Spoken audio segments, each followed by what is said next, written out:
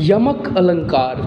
जब किसी वाक्य में कोई शब्द दो या दो से ज़्यादा बार इस्तेमाल किया जाता है तो हर बार उसका अर्थ अलग अलग होता है, तो इसे हम यमक अलंकार कहते हैं।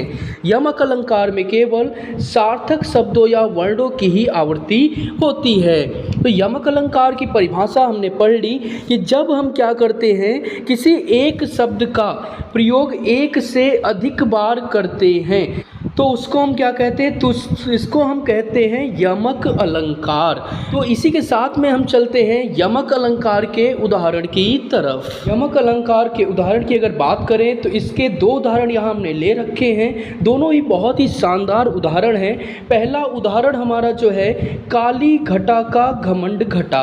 तो इसमें आपको नज़र आ रहा है एक बार यहाँ घटा यूज़ हुआ है, एक बार यहाँ, और दोनों घटा जो हैं इनके अलग अलग अर्थ हैं। समझते हैं, इस वाक्य में घटा शब्द का दो बार इस्तेमाल किया गया है, लेकिन दोनों बार इसका अर्थ अलग अलग है। पहली घटा का अर्थ है बादल और दूसरी घटा का अर्थ है घटना।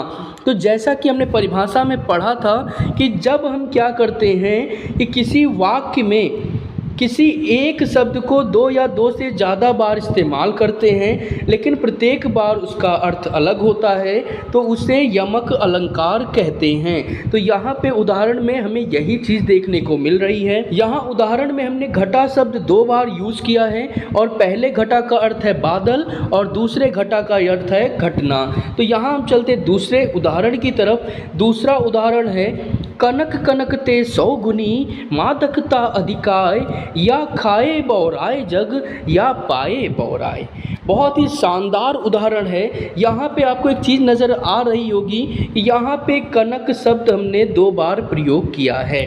तो यहाँ पे एक शब्द की आवृत्ति एक से अधिक बार हो गई है। तो यहाँ कनक शब्द के दो अर्थ हैं। पहला अर्थ जो है वो सोने के लिए है और दूसरा अर्थ जो है वो हमारा धतूरे के लिए है।